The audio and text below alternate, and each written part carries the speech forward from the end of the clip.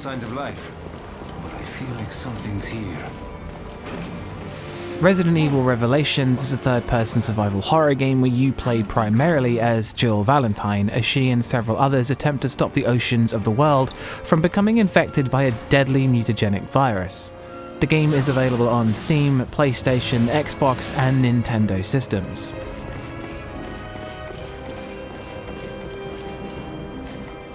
There's blood coming from the ducts.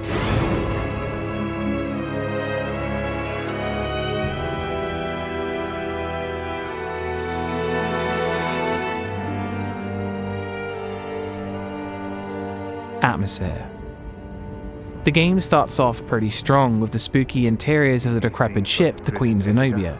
Its echoing halls are claustrophobic, and the small events that take place keep a sense of suspense as you follow the episode through. But sadly, the game doesn't stick to any one thing for too long, with the game frequently jumping between flashbacks, Chris Redfield in several scenarios, other groups of people in shootouts, and then back to Jill on the boat. And it's a bit of a shame that it wasn't as much of a horror focus throughout these, or just more time dedicated to one thing for the atmosphere to really sink in. The game's resource management is more intense than, say, Resident Evil 5, but it's far from leaving you feeling defenseless. Some sections are purely shooting with some exposition, and others let the horror atmosphere vanish completely. Though the game does have some highlights, parts like exploring the sunken ship and exploring the Queen Zenobia were pretty creepy, and the game's soundtrack very much helped in these moments. The rest of the game is a major step down from the parts mentioned though. There's still an electric buzz and some tension in between the shooting, but it doesn't leave much time for the atmosphere to really sink in. Despite the jumping about due to the episodic nature of the game, the atmosphere is still there, it's just not as good as it could have been. That's one Harry Mason. This door's got an electric lock on it. I hope the emergency power still works. The wires are all pulled apart. I'll fix them. Okay, I'll see if I can get the power going.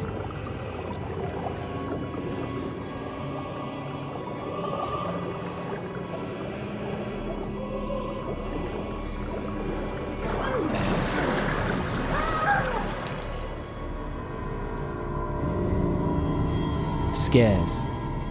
The game tries jump scares, scripted events, chase sequences, sneaking sections, and more, all to various levels of success. The jump scares were a bit tame and didn't quite hit the mark, with some being telegraphed a little too obviously, and some just not being very impactful when they did catch you by surprise. The scripted events were pretty good for helping the atmosphere, but most of them are isolated into very specific parts of the game, with it almost seeming like the game was only interested in maintaining its horror in certain parts.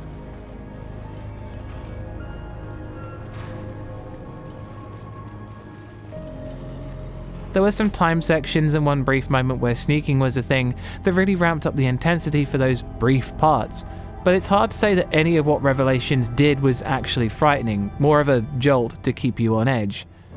The game mostly relied on its combat for scares, which wasn't something that was ever frightening, though the enemy designs in this game were actually really interesting and sometimes strange and gross.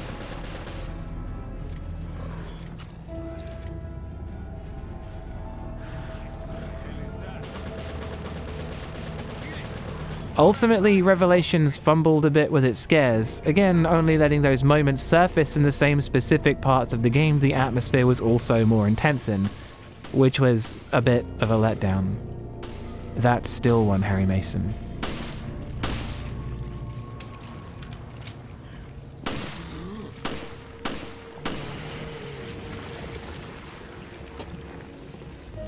Sound design.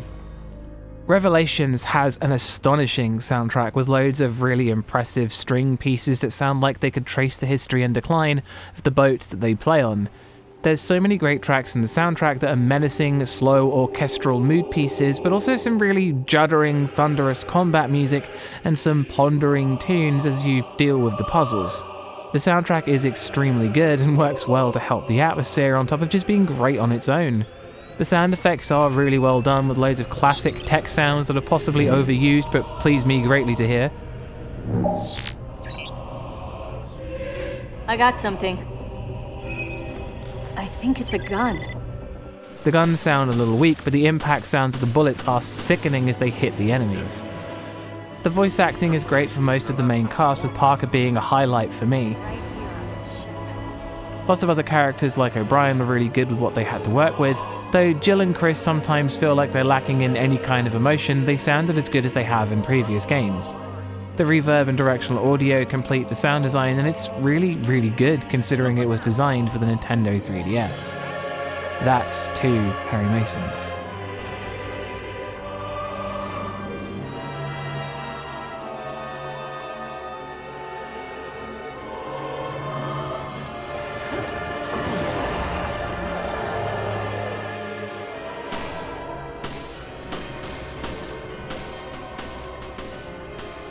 Gore. The gore, like most other things, is mostly found in certain parts of the game, with several mutilated bodies and blood-stained rooms, and these parts of the game really leave you wondering what happened. Defeating the early game enemies results in a pile of bones and viscera in puddles on the floor. There's some pretty gross transformed enemies, and the mutations this time round are really cool to see. The gore may be relegated to the horror chapters, but it's definitely something that is better with than without. That's 3 Harry Masons. Found a survivor. The BOW's got her, though. Who was she? I'm still trying to piece that together.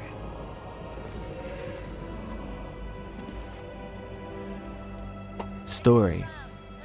Jill Valentine and Parker Luciani arrive on the Queen Zenobia to try and find the missing Chris Redfield.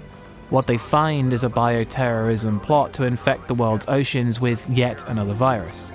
The game's story takes place shortly after Resident Evil 4 and has a lot of corporate subterfuge mixed in with the tales of the people you meet along the way. The story does feel a little generic by Resident Evil standards, with many of the things you expect to see in a Resident Evil game cropping up yet again, with secret laboratories and corporate deception almost certain to be on everyone's radar for the game. The diary entries were sometimes in that classic creepy Resident Evil style, but there are also some that struggled to retain my interest whilst playing. Whilst it may have hurt other aspects of the game, the story feels a bit more engaging due to jumping backwards and forwards sometimes. Its ever-changing characters and settings definitely keep you on your toes for what's coming up next, but sometimes it feels like the pacing is off entirely, with some episodes finishing with not much of a plot twist, to others finishing with what feels like a final boss for another episode to start immediately afterwards. Some episodes were really slow and others flew by rapidly. This is probably the result of the game being designed for a handheld to be played in short bursts, but the console version ends up feeling like it's speedrunning a whole game trilogy. The story ended up feeling all over the place, with some of it being engaging and creepy and the rest of it feeling like an action film that left most of its contents on the cutting room floor, making the final score 3 out of 5 Harry Masons. It feels like Revelations was trying pretty hard to ramp up the horror in certain sections, but as the game went on, it sort of forgot about it and went back to the Resident Evil 5 style of just shooting things.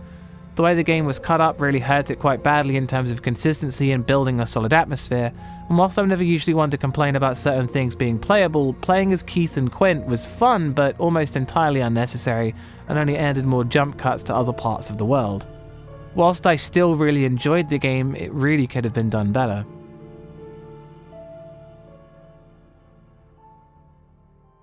Again, I'd like to remind you the whole thing is down to my opinion in horror games, and if you don't share this opinion, then that's cool, I get it. I'd like to point out that whilst I stopped the deadly mutagenic virus, I didn't let it get away and don't advise you do either. There will be more horror reviews in the pipeline, and thanks for watching. Don't forget to check out Bumps in the Middle of the Night. Peace.